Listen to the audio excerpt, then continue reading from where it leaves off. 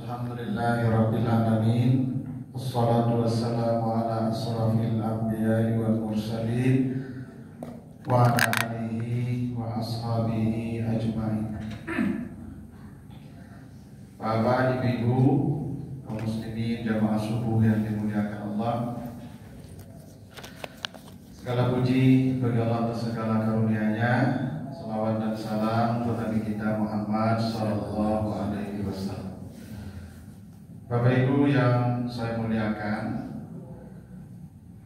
dalam Al-Quran salah satu sifat Allah itu disebutkan namanya Al-Hakim. Ya, Al-Hakim artinya yang maha mengadili. Salah satunya disebutkan di surat Yunus, ya, surat Yunus ayat 109. Ya, kata Allah, ya, di surat Yunus ayat 109, wattabi' ma yuha ilaika wasbir hatta yahkum Allah wa huwa khairul hakimin. Dan ikutilah apa yang telah diwahyukan kepadamu dan bersabarlah terhadap perlakuan buruk manusia kepadamu sampai Allah mengadili mereka, dan Dia sebaik-baik juru adil. Ya, jadi Allah itu sebaik-baik hakim. Jadi hakim itu artinya yang mengadili. Itu juga disebutkan di surat At-Tin ayat yang ke-8.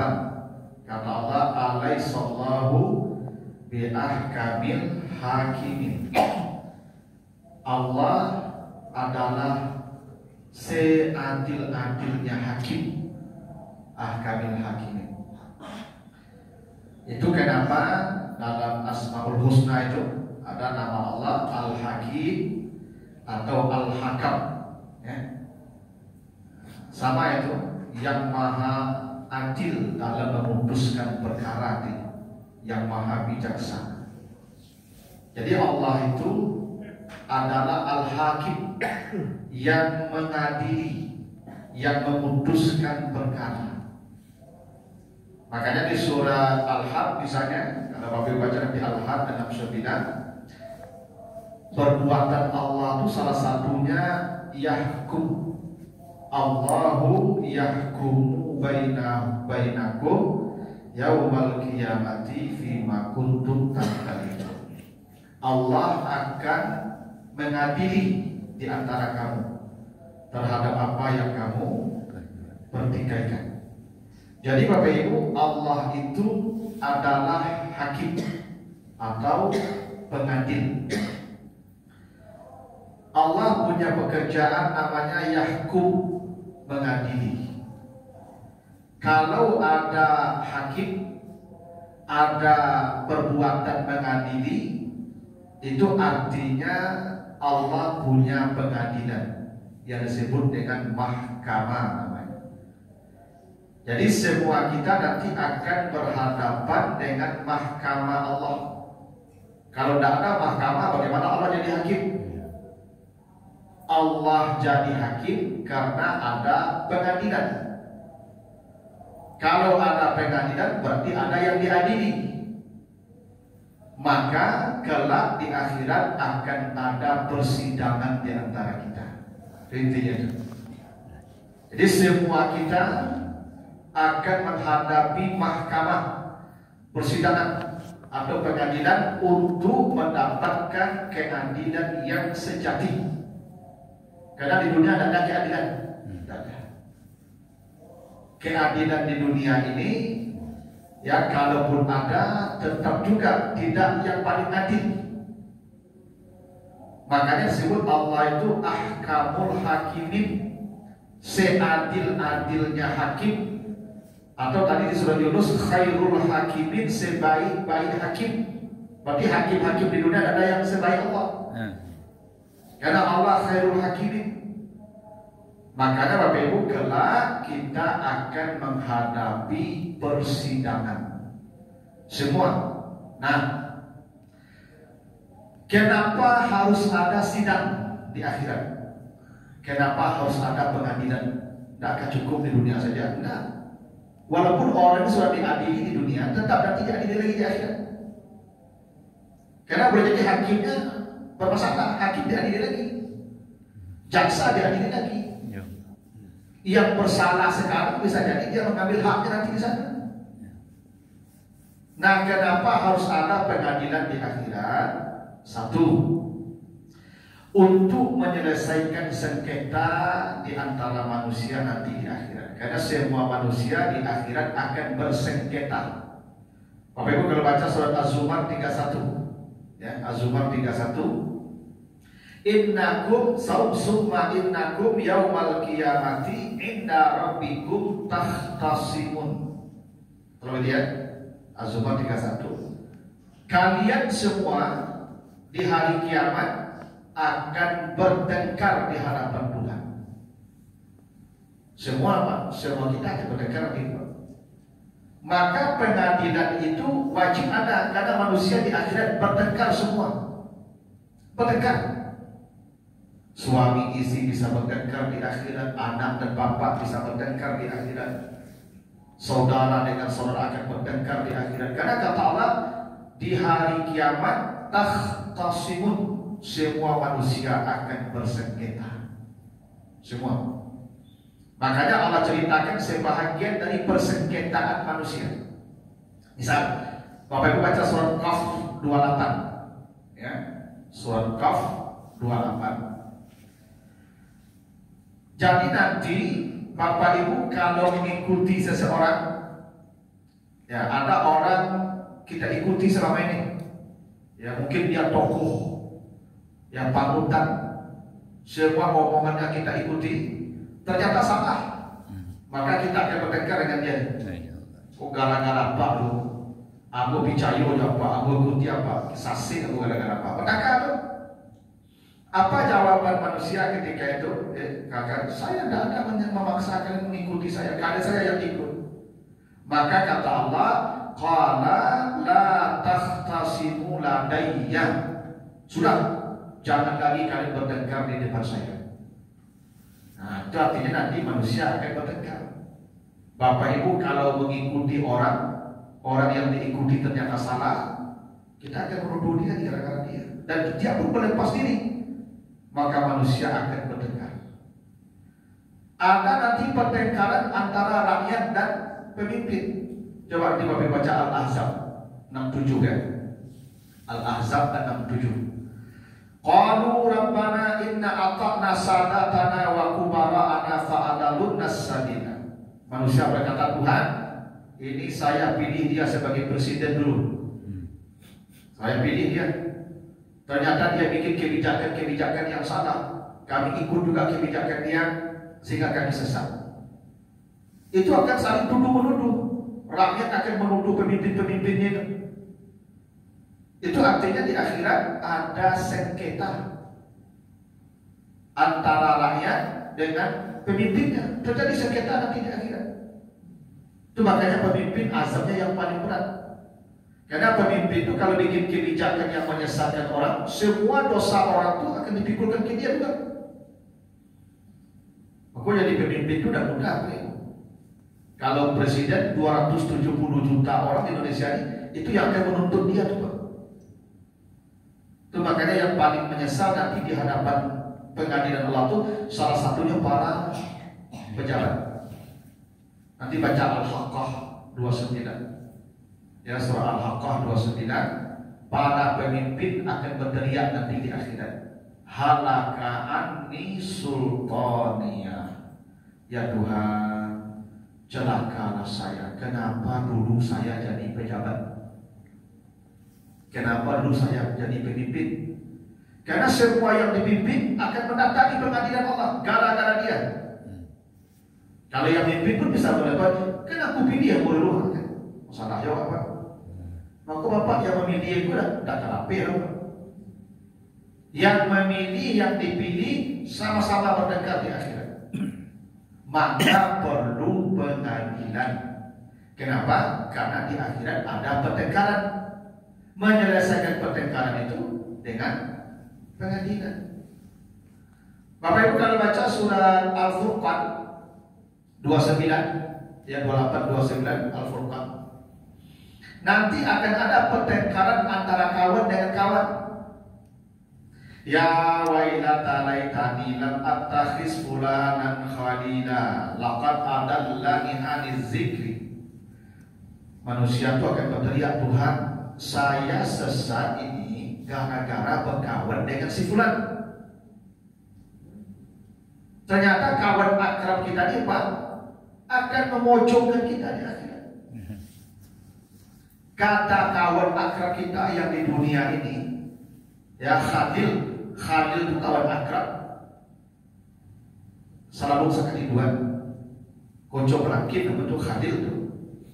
Nah konco pelangkin itu nanti akan memojokkan kita gara-gara kawan jinyo lah aku salah. Kau apa memilih kawan itu memang hati-hati Pak.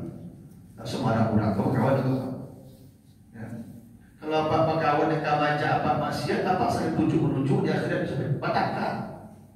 Ya, makanya sering saya katakan tuh kalau kawan kau ajak hal-hal yang tak berguna, apalagi maksiat, sudahlah, tak usah berkawan deh. Ya kan? Kadang walaupun dua kau nak bijak menjadi kawan kau.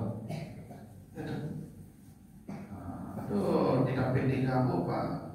Jadi apa-apa, kau nak pensiun Pak. Itu ada WA grup juga, WA grup pensiun. Nyobi posko di Manda, posko domino. Iya Pak. Nyobi posko domino Pak. Pagi ya tipu di posko Pak. Pagi Pak. Lagi telepon kawan masuk. Woi kurang cihan dah. Alam cokok lah Pak. Kalau Pak bisa sholat duha di rumah, bisa berzikir di rumah, bisa baca Quran di rumah. Tapi nyoba kapal semua tadi yang Pak tadi, nanti Pak saling tunjuk-tunjuk. Dan gara-gara yang telepon dulu dia Pak kok ngimbau kok kasih tuh dari dia. Apa yang menelepon pun malah pede itu, dia tidak ada masuk banyak, dia telepon dia nak tibo aja. Tangga dari Pak Trio lah Pak. Apa jawab Pak hati-hati beli kawan kok, tahu begitu? Nanti akan terjadi pertengkaran antara kawan dan kawan. Bertengkar. Nah karena manusia bertengkar di akhirat, tentu ada penyelesaian. Penyelesaian itulah yang dibawa ke pengadilan Allah. Dan Allah akan jadi hakim ketika itu. Itu alasan pertama kenapa harus ada pengadilan di akhirat. Karena semua manusia akan bertengkar di akhirat. Ya, kalau Allah begitu tadi, ya semua manusia akan bertengkar di akhirat ya. Di Az-Zumar 31 tadi ya. Di Az-Zumar 31 bahwa semua manusia di hari kiamat inda rabbikum tahtasimun, semuanya akan bertengkar. Suami dengan istri bertengkar, anak dengan ayah bertengkar, tetangga dengan tetangga bertengkar, kawan dengan kawan bertengkar, pemimpin dengan rakyat bertengkar, semua akan bertengkar. Nah karena pertengkaran terjadi, maka wajib ada pengadilan. Nah maka Allah menjadi hakim. Nah yang kedua, kenapa harus ada pengadilan di akhirat? Karena tidak ada keadilan di dunia. Di dunia tidak ada keadilan. Karena di dunia tidak ada keadilan, maka perlu diadakan pengadilan yang seadil-adilnya. Itu disebutkan di surat Ghafir ayat 17. Coba nanti Bapak baca di surat Ghafir, ya surat Ghafir ayat 17. Al-yauma tujza kullu nafsin bima kasabat la zulma al-yauma innallaha sari'ul hisab. Kata Allah, pada hari ini semua mendapatkan haknya secara utuh dan sempurna. Dan hari ini kata Allah, la zulma, tidak ada sedikit pun kezaliman yang terjadi. Berarti di selain hari kiamat banyak kezaliman. Kalau di pengadilan dunia itu Ibu, yang salah bisa bantu, yang bantu bisa salah. Hukum bisa dipasang. Itu kasus abolisi top lembong itu kan tidak ada keadilan namanya itu. Tidak. Ada yang salah jadi batu, ada yang batu jadi salah. Itu kok di dunia kau namanya peradilan sesat bagai yang tak salah diadili jo, yang salah bebas. Tidak Pak? Di dunia begitu. Maka pengadilan di dunia ini nanti akan diadili lagi di akhirat. Hakimnya diadili lagi, jaksanya diadili lagi, polisi yang nuntut diadili lagi, yang pengacara diadili juga, yang terdakwa pun diadili juga. Boleh jadi dia tidak bersalah dihukum juga. Boleh jadi harusnya hukumannya sekian dikurangi karena dia punya duit, bisa bayar, diadili lagi. Maka kata Allah, la zulma al-yawma. Di hari ini, maksudnya di hari pengadilan itu, tidak akan ada lagi kezaliman sedikit apapun. Jadi kalau Bapak Ibu di dunia tidak dapat keadilan, itu Bapak Ibu memang sedang di dunia. Karena di dunia tidak ada keadilan. Justru Bapak Ibu makin ke pengadilan, makin tidak adil terus. Ya Pak? Awak ke pengadilan tempat mencari keadilan, justru makin terzalimi sampai di situ. Memang begitulah pengadilan dunia. Maka pengadilan diulang lagi di akhirat nanti itu. Ya, nah disitulah kata Allah, la zulma al-yawma. Hari ini tidak ada sedikit pun lagi kezaliman karena Allah khairul hakimin. Allah ahkamul hakimin. Hakim yang paling adil. Jadi kalau Bapak Ibu di dunia kau banyak hak-hak yang dizalimi, sabar sajalah, sabar. Makanya katalah fasbir, bersabar saja. Karena nanti ada masanya pengadilan yang paling adil. Bapak Ibu terima kembali haknya. Hak kita yang dizalimi di dunia ini dan akan berkurang.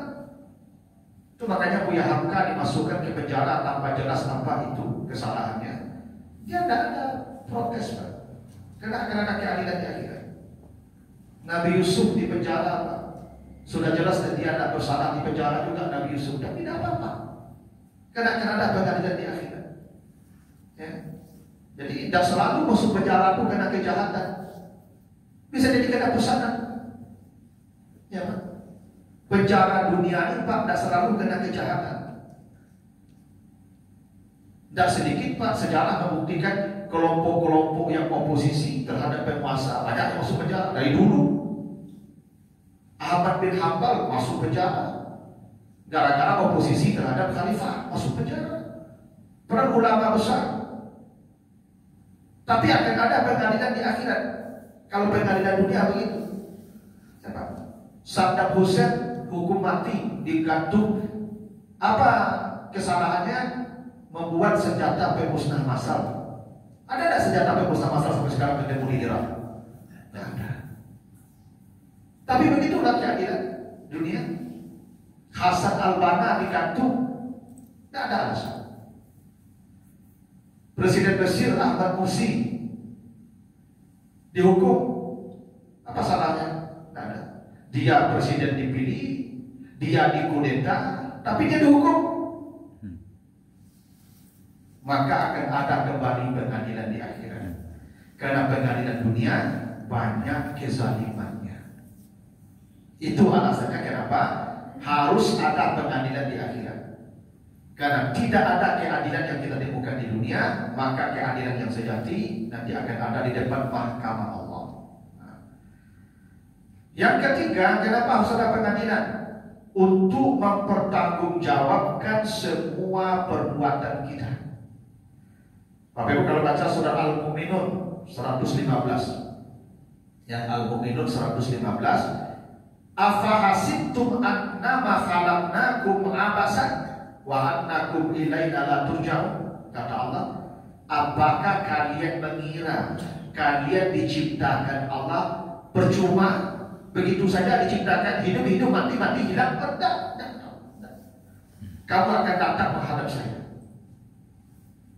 Begitu juga disebutkan di surat Al-Qiyamah ayat 36. Ya, di Al-Qiyamah ayat 36. Ayah sabul insan ayyut seraka sudah. Apakah manusia mengira hidupnya ya percuma begitu saja? Tidak, kata Allah. Jangan mengira kita makan, kita minum, kita itu rutinitas saja itu. Enggak, ada pengadilannya itu. Bapak Ibu bicara itu ada pengadilannya itu. Semua yang kita perbuat ada pengadilannya. Akan ditanya, itu disebut dengan bertanggung jawab. Akan ada jawaban dari pertanyaan. Nah, menjawab itu di mana? Di pengadilan Allah jawaban itu kita berikan. Makanya kata Rasul malakus alun nayauma izin anin naim, kamu akan ditanya tentang semua nikmat yang pernah kau terima. Di mana ditanyanya? Di pengadilan. Di pengadilan. Makanya Bapak Ibu jangan dianggap kita hidup begitu saja tuh, lalu kita nanti mati hilang. Tidak ada namanya pengadilan. Ada pengadilan tuh. Nah, makanya dengan pengadilan itu kita yakin ada pengadilan, maka kita berhati-hati hidupnya. Karena mata akan diperiksa, tangan akan diperiksa. Nanti begitu tuh. Ya. Nah, berikutnya, apa saja bentuk-bentuk persidangan di akhirat? Nah, jadi ada persidangannya ragam-ragam bentuknya berbeda. Apa saja bentuk-bentuk persidangan di akhirat? Pertama, persidangan antara hewan dan hewan. Jadi jangan bapak kira yang bersidang itu kita saja ya. Ternyata hewan sama hewan bersidang pula. Apa kata Allah di surat At-Takwir ayat yang kelima? Ya, surat At-Takwir ayat yang kelima. Wa izal wuhushu husira. Ketika hewan-hewan buas dikumpulkan di padang mahsyar. Jadi ada hewan-hewan dikumpulkan. Namanya al-wuhush. Al-wuhush itu jamak wahash. Wahash itu artinya buas. Hewan itu akan dikumpulkan. Ya diambil campel yang buas, karena yang buas itu yang banyak menyayong. Ya, kijang dimakan harimau, dimakan singo, sidang tuh, sidang tuh. Ya, makanya disebutkan yang puas, tapi bukan hanya yang puas. Ini disebutkan dalam hadis dari Abu Hurairah, hadis riwayat Muslim. Yang dalam hadis riwayat Abu Hurairah riwayat Muslim, kata Nabi, la tu'addunal huquq ila ahliha yaumal qiyamah hatta yuqada lisyatil hajalha minasyatil qarna. Kata Nabi, nanti semua akan mendapatkan hak-haknya secara adil. Hingga kambing yang tidak bertanduk yang pernah ditanduk oleh kambing yang bertanduk. Nah, begitu dulu. Kambing itu bertanduk. Itu sama-sama kambing. Nenci tidak bertanduk lagi jadi. Nyon tanduk dan tidak bertanduk. Kalau yang bertanduk itu masalah itu. Ya Pak. Kan itu binatang tuh Pak. Binatang Pak. Apalagi manusia. Mantan-mantan polisi. Turun pada kotak gue itu doanya. Diadili juga. Kambing yang bertanduk menanduk kambing yang tak bertanduk kata akan mendapatkan haknya. Setelah selesai baru balik jadi tanah balik. Tapi semua diadili. Jangan Bapak Ibu kira pengadilan akhirat itu hanya manusia yang diadili, binatang pun diadili. Ya. Itu menunjukkan keadilan yang seadil-adilnya. Allah berikan haknya. Nah, tapi kalau sama-sama badan dua, yang adu-adu kapan doanya, aku tidak diadili itu. Sama badan dua. Pincik tidak badan dua loh. Pincik badan dua, yang tadu tidak badan dua.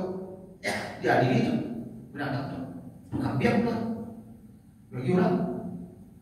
Nah, banyak apa-apa itu hati itu yang punya kuasa. Yang punya talian, yang punya sakit hati-hati. Ya, polisi kan jadi punya sakitnya Pak. Punya pistol tangannya Pak.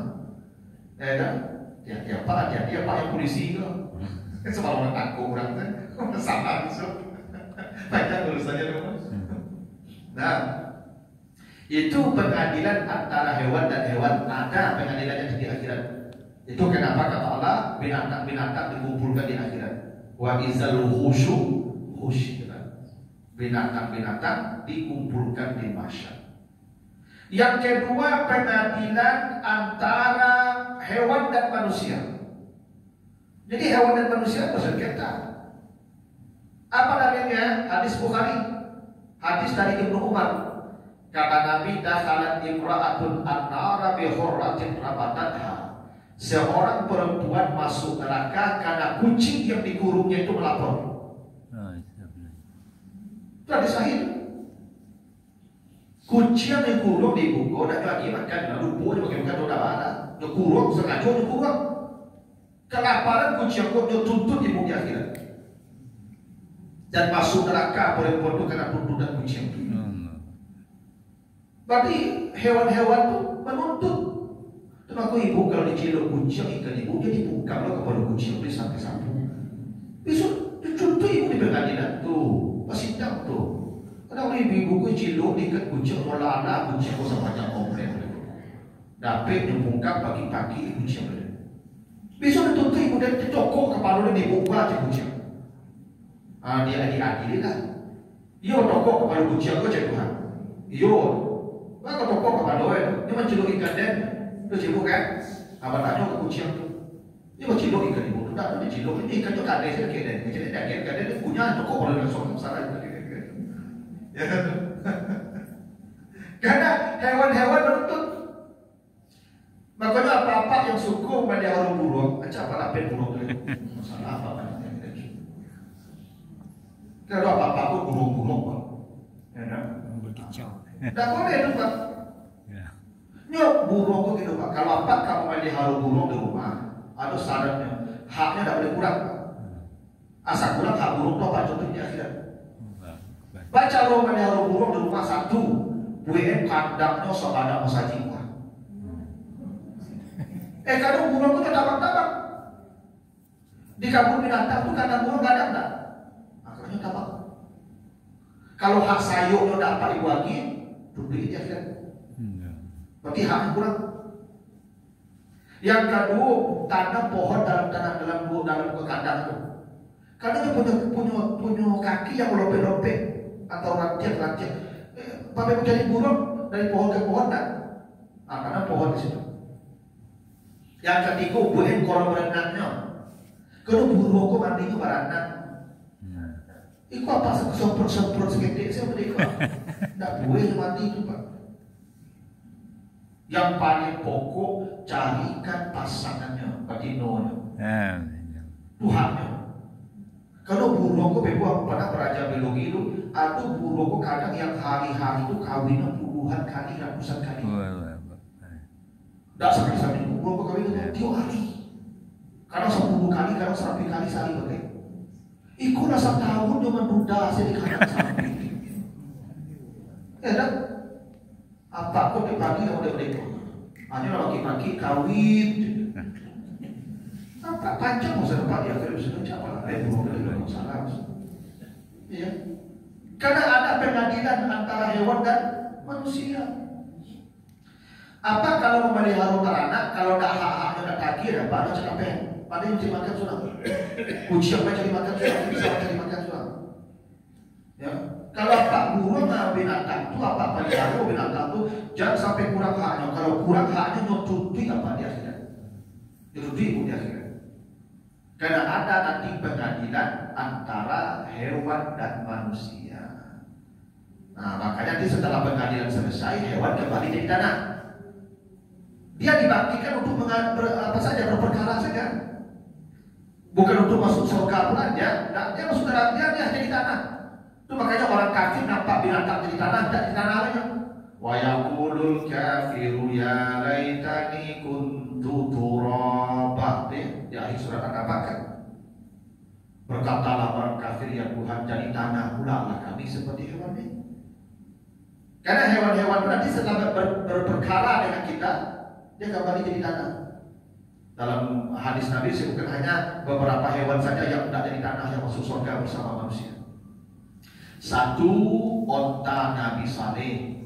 Yang kedua dari batu yang dibunuh kaum dan masuk surga. Yang kedua, kipas Nabi Ismail yang menggantikan Nabi Ismail disembelih masuk surga. Yang ketiga, hudhud Nabi Sulaiman. Nabi Sulaiman punya burung hudhud yang dikirim ke Sabah untuk mengantar surat sehingga orang-orang Sabah, orang Yaman masuk Islam semua. Maka burung hudhud masuk surga. Ikan Nabi Yunus. Ikan Yunus yang memendara Nabi Yunus, lalu disemburkan kembali. Itu masuk surga. Ikan Nabi Yunus. Dan anjing Ashabul Kahfi. Jadi anjing Ashabul Kahfi itu yang menjaga 7 pemuda yang itu dalam gua itu anjingnya masuk surga. Nanti diganti dengan bentuk kibas. Yang dia masuk surga karena anjing itu menjaga orang saleh. Anjing menjaga orang saleh masuk surga. Apalagi orang menjaga orang saleh. Ku ulama dimasuk ke jauh itu masuk surga itu. Anjing saja menjaga orang saleh masuk surga. Nah nanti hewan-hewan kalau sudah selesai pengadilan jadi tanah. Tapi hewan-hewan itu akan menuntut kita. Karena ada pengadilan perkara antara hewan dan manusia. Gitu. Itu makanya kata Nabi, kalau engkau menyembelih hewan untuk dimakan, menjadi ayam, menjadi kambing, fa'ahsinuz zibah, maka baikkan sembelihnya, tajamkan pisaumu sekali tarik, selesai. Jangan Bapak Ibu melengkapi, duduk ya guys. Coba kau mendabi, kau tajamkan pisaumu. Nabi kalau kau mendabi hewan ketika korban itu lama sampai pisau Nabi. Dan potongnya tak berdiri di kolam. Putus supaya tak kesakitan. Pada dulu kamu kau ibu, di jantan Pak yang tahu. Itu kalau Nabi Pak tahu tuh Pak. Karena tidak begitu semua. Sudah Nabi itu Pak kapan tuh Pak? Di kampung pun itu sudah Nabi patah ke bawah itu ada di itu. Itu udah tuntuk jaga tuh kan. Meneangannya aja orang Nabi ya itu. Ya kan? Begitu.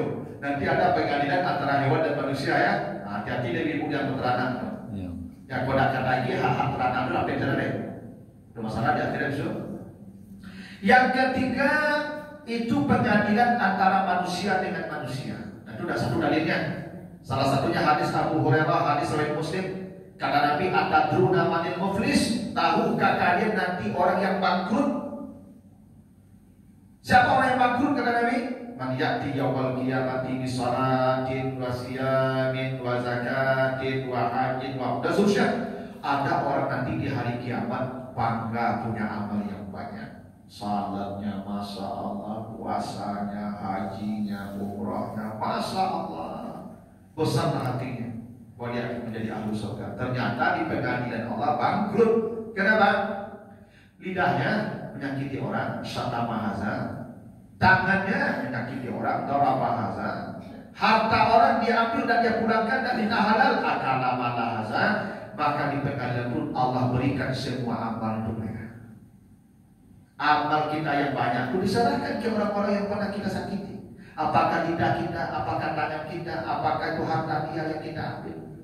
Habis amal dia, dosa orang diberikan ke dia. Suma tuliha dilanar, dia pun dilemparkan ke neraka. Itu artinya ada tuntut-menuntut di antara kita. Ibu lidah ibu kalau tajam ke orang, maka iya di pengadilan. Ya, caranya amal ibu kasih dia, atau dosa dia dipikulkan ke ibu. Ibu hutang tak dibayar, ini aman tuh. Dibayar di pengadilan Allah nanti. Ibu jangan kira lupa orang hutang tuh atau saya tak bisa tuh bayar itu. Karena ada pengadilan antara manusia. Suami akan menuntut istrinya. Itu makanya yauma yafirul mar'u min akhi wa ummihi wa abihi wa sahibati wa bani. Seorang suami lari nampak istrinya karena akan diadili dengan istrinya. Apa-apa yang tidak memenuhi hak ibu selama jadi istri, banyak hak ibu tidak penuh kalau tidak dihalalkan, Pak. Tentunya Pak ya. Cuma kau suami lari nampak istri disuruh takut. Maka kalau kata ibu kau lagi sudah tak merasa ini pengadilan itu. Bila minta ibu kau lagi sudah tak kalau tanya ayo, macam lu saja. Begitu pun sebaliknya ibu, kalau hak-hak kami dan ibu penuh sebagai suami, ibu kami tuntut di akhirat. Iya. Kami ibu tinggal di rumah ibu, kami mencari cucu sebulan tak pulang-pulang, kami tuntut di akhirat. Karena kewajiban ibu itu benar kami ibu jago kami merawat kami, merawat cucu dari ibu. Nah bapak pula ngomong saya rumah lalu saya makan sesuatu ibu kalau mana ini cucu kan. Ibu kami tuntut akhirnya disuruh. Kalau kami tidak halalkan tuh kami tuntut. Ya, kami lah pulang, kami nyium kopi, nyium teh, ibu suruh saya pun saja. Kami tuntut ibu akhirnya disuruh. Nah suruh ibu sih. Iya kan? Kami berhak dapat layanan kopi, teh. Ibu dibagi itu, ibu suruh di situ. Kami tuntut akhirnya disuruh. Kalau bapak ibu menyelamati, kalau minta halal dapat. Ibu-ibu yang punya suami tidak boleh suruh lah. Suruh yang ada suami tidak jatuh suruh lah. Belum pernah. Yang punya suami itu punya kewajiban, kami punya hak. Hak kami ibu minum kami bagi itu hak kami, kewajiban ibu itu. Dan ibu punya kalau kami tuntut ya kira. Syukur-syukur apa boleh menghalalkannya, aman ibu. Itu waktu majalah mati, aku minta halal sebelum datang ke pengadilan besok. Pak, kalau ada hak apa yang dapat boleh aku selama jadi istri Pak, tolong halalkan Pak di lapeh di yang lebih boleh akhirat dah. Tidak bukan lapeh yang halalkan, tidak kamu lebih. Amat tidak Pak ni. Kalau ada cerita tidak deh. Lambat terus. Tapi kalau tidak, jangan tidak tu bermasalah. Ibu bermasalah. Itu akan ada pengadilan. Ibu yang sibuk dulu. Anak dari ibu susukan 2 tahun lah. Hak anak tu menyusu 2 tahun. Ibu haknya kewajiban ibu. Ibu tak menyusukan dari sibuk. Ibu nyotuntui dari ibu. Nyotuntui. Karena kalau ada begitu wal walidatu yurdi'na auladahunna haulaini kamilaini, wahai para wanita, susukan anakmu 2 tahun sempurna. Itu hak dia. Kalau ibu tak menyusukan anak ibu, nyotuntui dari ibu di akhirat. Coba ada Ustaz anak pula kadang-kadang Ustaz aku sibuk, dia tak menyusukan 2 tahun sebulan 2 bulan dia berarti saya susu jauh saja deh. Ya dah. Imbau di balik. Imbau di balik anak tu. Ya kan? Ada susukan kaya itu dan bunuh itu. Minta halal. Ya, minta halal kayaknya. Nah, dulu apa adik sibuk membantu ayah kalian mencari nafkah. Memang tak susukan kalian di amal 2 tahun. Kurang hak kalian dulu. Jangan beri amal di akhirat surga. Kalau halalkan diri, minta halal minum. Iya malah aku halalkan, kami halalkan, kami duduk ya malah. Allah selamat, tidak. Kalau tidak, Bapak Ibu aman mati itu bermasalah. Kalau ada hak-hak yang tidak kita penuhi, bermasalah. Itu makanya nanti ada orang yang bangkrut karena persoalan dengan manusia yang harus dia selesaikan. Nah itu pengadilan antara manusia dengan manusia. Jadi ada pengadilan hewan dengan hewan, ada pengadilan hewan dengan manusia, ada pengadilan manusia dengan manusia. Nah, sebagaimana layaknya pengadilan di dunia, sama dengan pengadilan di akhirat, ada unsur-unsurnya. Ada terdakwa, ada saksi, dan ada hakim. Betul kan? Oke. Siapa terdakwahnya? Terdakwanya manusia. Apa kata Allah surat Maryam 95? Nanti baca di Maryam 95. Wa kulluhum atihi yaumal qiyamati farda. Semua manusia datang ke pengadilan Allah di hari kiamat sendiri-sendiri. Sebagaimana sekarang orang datang ke pengadilan kan di borgol sendiri-sendiri kan, didudukkan di kursi panas kan, sendiri-sendiri kan. Maka di hari kiamat kata Allah, semua manusia akan didatangkan ke pengadilan Allah farda, sendiri-sendiri. Tidak ada pembelaan, kalau dunia ada pembelaan. Di akhirat tidak ada pembelaan lagi. Pengacara dan aku di akhirat. Dan aku pengacara di dunia ada pengacara. Di sana tidak ada pengacara, farda, semua sendiri-sendiri. Kenapa tak aku pengacara di akhirat? Karena yang menjadi saksi bukan orang lain. Yang menjadi saksi diri kita sendiri terhadap amal kita. Maka pengacara ada perlu. Kalau pengadilan dunia perlu pengacara karena orang lain yang menuduh. Kalau pengadilan akhirat yang menuduh itu diri kita sendiri. Coba Ya, ada saksinya. Siapa saksinya? Bukan orang lain. Baca surat An-Nur 3:24. Ya, An-Nur 24. Yauma tashhadu alaihim alsinatuhum wa aydihim wa arjuluhum bima kanu ya'malun. Di hari itu bersaksilah atas dia yang sedang dituntut ini. Apa yang bersaksi? Lidahnya sendiri, tangannya sendiri, kakinya sendiri. Maka tak perlu berbeda, tak perlu pengacara. Tak perlu pengacara. Karena di pengadilan itu yang bersaksi tangan bapak sendiri, kaki bapak sendiri. Iya, saya yang melakukannya, katakan. Kata kaki, iya saya yang berjalan ke sana mengantarkan dia. Apa bagaimana membantahnya, Pak? Apalagi kalau Bapak baca di surat Yasin 65. Yasin 65. Al-yawma nakhtimu ala afwahihim wa tukallimuna aydihim wa tashhadu ala arju wa tashhadu arjuluhum bima kanu yaksibun. Pada hari itu mulut dikunci. Maka jadi saksilah atas mereka tangan mereka yang berbicara dan kaki mereka yang berbicara.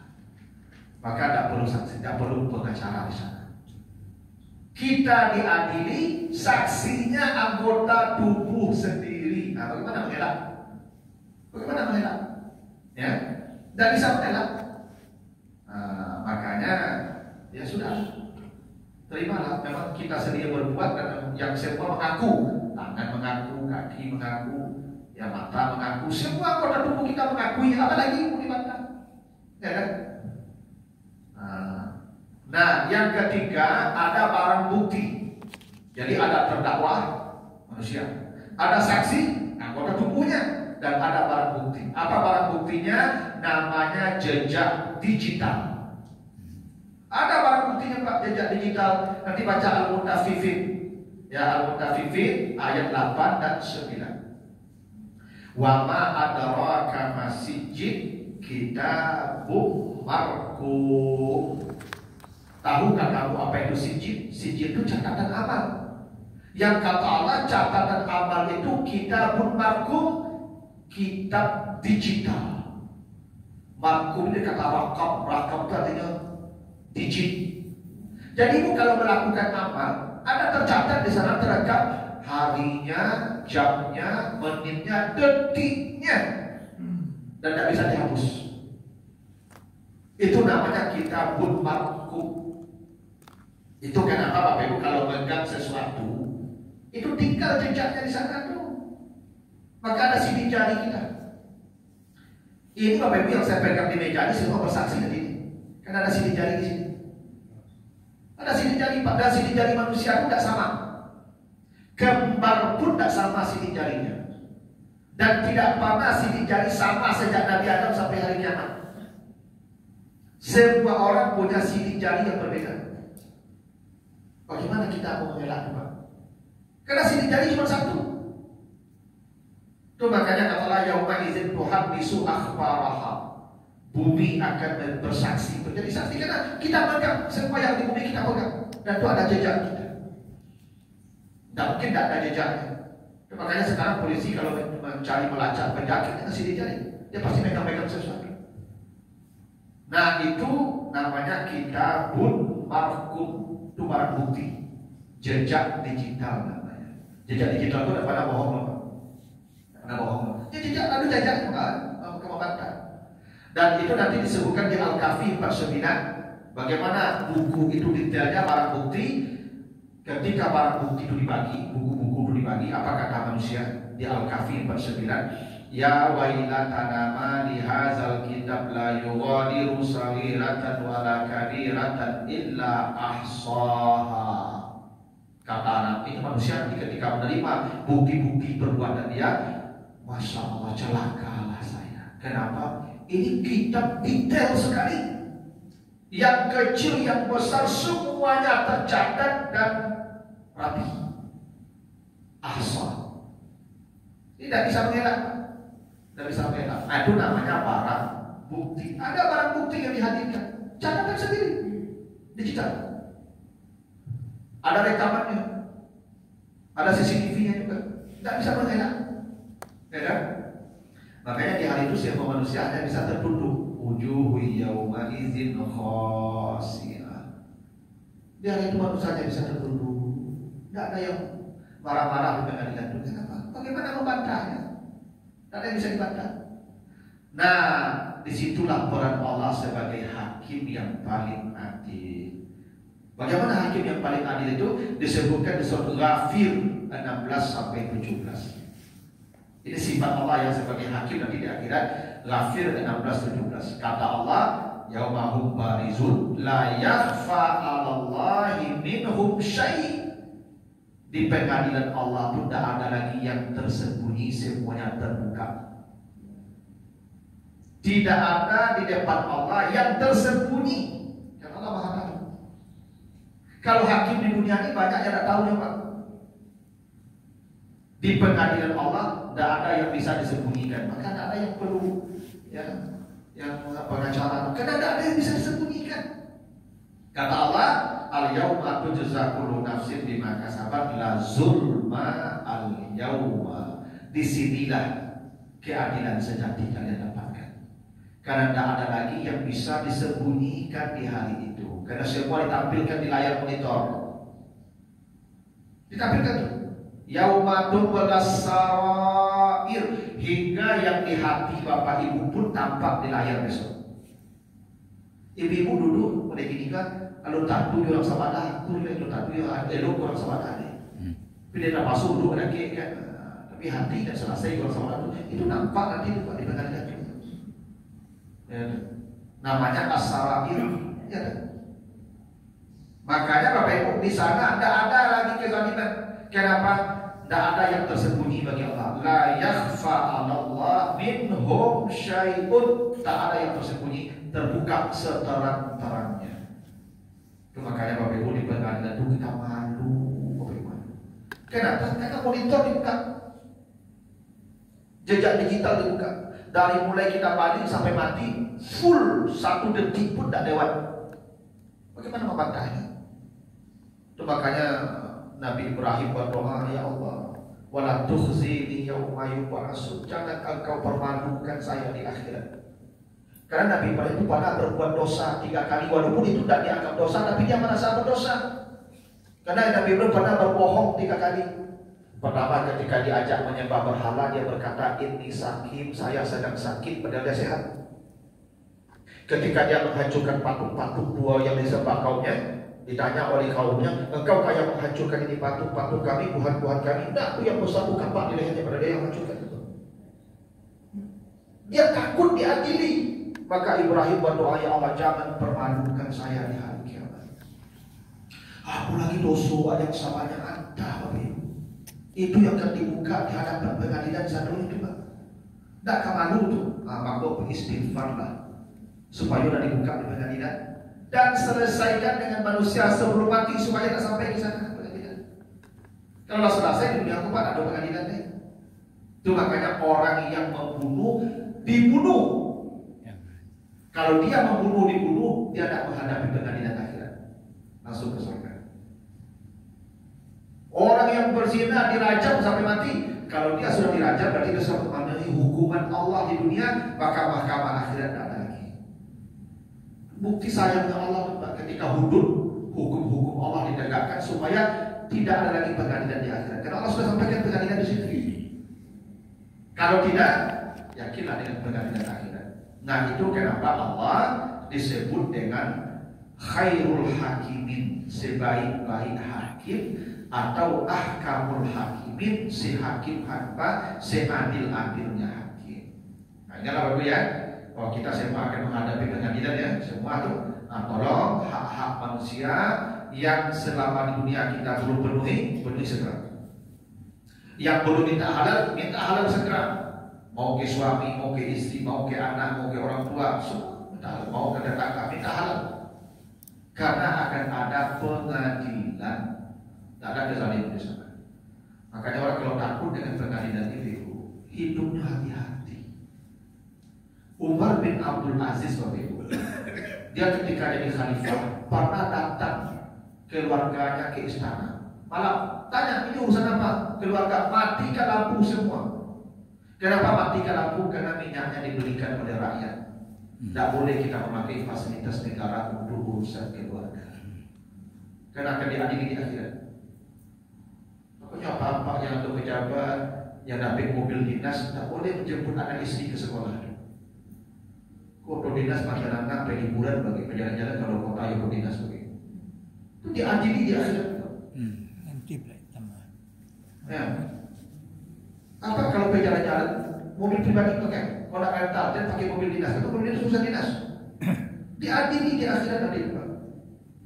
Ya, jangan pergi kalau percuma biasa-biasa, saya tidak diadili, pasti diadili. Ya.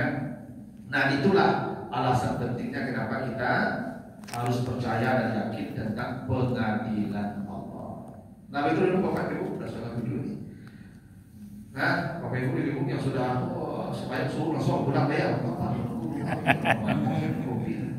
Allah. Pokoknya lebih deh, ya itu aja masalah pengadilan. Ada pertanyaan Ibu? Cukup ya? Enggak. Ya Pak. Waalaikumsalam. Tadi kayak ada kontradiktif, dia bertangka, tapi muncul itu dengan teknik bicara. Tapi tadi bertangka harus ada bilangnya gitu. Nah, di mana event bertangka itu di mana muncul itu bertangka. Kemudian penguasaan narkoba kok Ustaz. Ada orang punya lahan sampai ribuan hektar, atau orang mau untuk emas ketek. Berapa tanggung jawab? Para banyak orang boleh menguasai lahan tersebut, kan? Ada orang kayak Pak Prabowo punya ribuan hektar, atau orang itu sekeliling untuk berumah pondok kita sudah punya lahan. Kalau ada yang nyabit di akhirat itu nanti pembalasan itu apa yang anda lakukan bukan jadi maksudnya saya awak burung ayam, tapi awak tidak ayam burung lo gitu kan gitu. Namun pembalasan itu apa yang akan ajukan betul itu apa iya betul. Yang pertama ada tadi bertengkar, tapi mulut dikunci. Ya penting mulut dikunci itu ketika di pengadilan, ketika jadi bersaksi. Bahkan tak kamu lakukan doa, muncul kunci deh. Kalau muncul kok saja berutuh ya begini. Kok muncul dikuncinya udah biasa berutuh di dunia. Kok muncul kok berutuh. Malah tahu mulut gua coba berutuh. Ya tuh, dikunci deh. Ketika di persidangan tuh engkau melakukan, iya tanda tangan. Saya yang berbuat. Kaki iya saya yang mengatakan. Ya toh? Semua jadi saksi. Yang mulut ketika yang lain bersaksi dikunci itu. Karena dia mau bantah kok. Kepala dia angkot kunci. Gitu. Karena mulut itu di dunia ada biasa lah dia bohong. Ini sampai akhirnya biasa bohong begitu. Maka dikunci di ketika yang lain bersaksi. Ketika tangan sedang bersaksi, ketika kaki sedang bersaksi, ketika itu mulut dikunci dulu. Tapi pertengkaran tadi sebelum ke pengadilan. Setelah sibuk bertengkar, mari kata Allah kita adili. Sudah datang ke pengadilan. Ketika yang lain diminta berbicara, mulut kunci dulu, mulut itu bisa bantah. Walaupun tidak akan bisa, walaupun mulut tidak akan membantah, tidak ada bantah dari itu. Bukti-bukti jelas yang jadi saksi kita sendiri, bagaimana membantahnya? Cuma mulut itu mau dikunci, dan mulut di dunia coba tutup. Kalaupun mulut tidak dikunci, tidak yang membantah, ya no? Cuma dan mulut itu coba tutup di dunia, dikunci lah, gitu. Apa cara menguncinya Tuhan bisa, pokoknya dapat dia ngecek deh. Tidak apa-apa tiba-tiba orang dapat dia ngecek deh kan? Nah, itu cara dikunci itu. Allah alam lah baca oleh sudah di pengadilan itu yang terjadi. Yang ketika tangan kaki bersaksi, anggota tubuh bersaksi, mulut dikunci ketika bersaksi itu.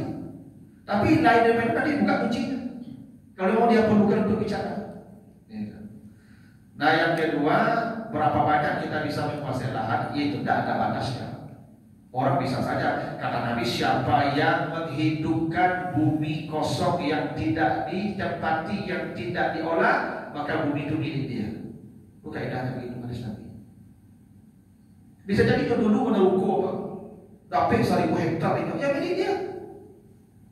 Karena dia yang mengolah, dia yang menghidupkan bumi mati. Siapa yang menghidupkan bumi mati, itu milik dia bumi itu. Itu kaidahnya. Itu Nabi sebut. Tapi memakan lawin dan dia itu lawin dan bumi itu. Bumi itu. Karena lawin tidak masuk itu. Ya bumi yang mati aja Bapak Ibu dibawa ke Lawi, pokoknya ada orang Pak, boleh memakai Lawi, pagasan Lawi itu yang tak pakai di awal tuh. Masa mau menghidupkan bumi, tak bisa boleh dulu Pak. Ini kalau kaidahnya lain tuh. Yang menghidupkan bumi yang mati milik dia bumi itu. Dia boleh olah milik dia. Diakui dalam agama. Berapa banyaknya? Terserah berapa dia kuat mengolahnya. Kalau dia tinggalkan dan diolah, berarti tidak milik dia lagi. Bisa jadi Pak mengambil 1.000 hektar, taulah dia misalnya 1.000 hektar yang 9 ekor mengganggu aku tidak miliknya itu. Yang milik Allah yang diolah, yang ditanami, yang diolah, yang di situ memang aktivitas kita. Tapi kalau dipatok dituju, saya nyokok tujuh apa, tidak bisa loh. Yang diolah saja, nah sebabnya itu milik kita. Yang tidak diolah tidak punya kita. Nah, jadi memang tidak ada batas, tapi dia ditanya tuh Pak. Semua nikmat akan ditanya pasti. Pokoknya orang kaya kata Nabi masuk surga terlambat 500 tahun. Ya dakhulu fuqara'ul muslimin qabla al-aghniya bi nisfiyya wa 50 alfasana. Wa 50 ya, wa 50 mi'atina. Orang kaya terlambat masuk surga 500 tahun dibandingkan orang miskin. Bukan berarti surga orang miskin, bukan surga orang kaya lebih rendah, enggak. Biasanya surganya lebih tinggi karena amalnya banyak. Tapi terlambat karena pertanyaan banyak. Sama juga ibu bapak kalau pergi ke mall, supermarket, kalau banyak ambil barang masuk ke gerobak lampu dikasih tegakkan. Ya sama, apa bedanya dengan kita? Makanya orang kaya terlambat, bukan berarti surganya lebih rendah, terlambat karena lapus alumna ditanya dulu. Itu besar awak kalau ditanya Pak diinterogasi sama orang sesat. Tak nyaman itu ditanya-tanya Pak. Ditanya-tanya kok tak nyaman. Nanti mampu orang kaya kok terlambat. Orang miskin dicek tak ada ditanya orang. Tanah tak ada, barang tuh tak ada, masuk sampai. Bagaimana untuk tak banyak? Kalau banyak, tanya orang. Tapi itu sama lah. Itu orang pejabat-pejabat kayu itu lama sampai laporan harta kekayaannya. Lama. Kalau tidak pernah dilaporkan, tidak ada Pak, besar udah. Sama lah akhirnya begitu. Makanya bapak yang rumahnya lantai 2, nabi-nabi masuk surga di lantai 1 rumah. Karena rumah bah, tanya orang dulu. Jadi tapetnya bah, bangunnya bah, pakainya bah. Ya, nah itu yang berlaporan. Cuma nanti sehat-hati jadi. Tak ada tersembunyi gitu. Ibu baju ibu, tas ibu di rumah itu tanya orang tanya. Cara mandi coba, cara pakai coba. Tas yang salah hari itu disebut bahaya dia gitu. Salah hari tas dari mana tas hari itu. Itu ditanya tuh, pasti ditanya. Baju ibu yang banyak ditanya, sepatu ibu yang banyak ditanya. Ajak lagi dia pendek, pada nyone. Kalau ada lapet, orang tu ada nyone, kebutuhan tu ada nyone. Bicara orang pendek. Lapet saja, ya nah itu. Nah betul untuk Bapak Ibu mudah-mudahan dalam manfaatnya, lebih kurang mohon maaf. Subhanallah wa bihamdika, asyhadu an la ilaha illa anta, astaghfiruka wa atubu ilaika. Wassalamualaikum warahmatullahi wabarakatuh. Waalaikumsalam warahmatullahi wabarakatuh. Dari ceramah Ustaz Dr. Sufyan Hadi tentang harta, di mana kau bawa.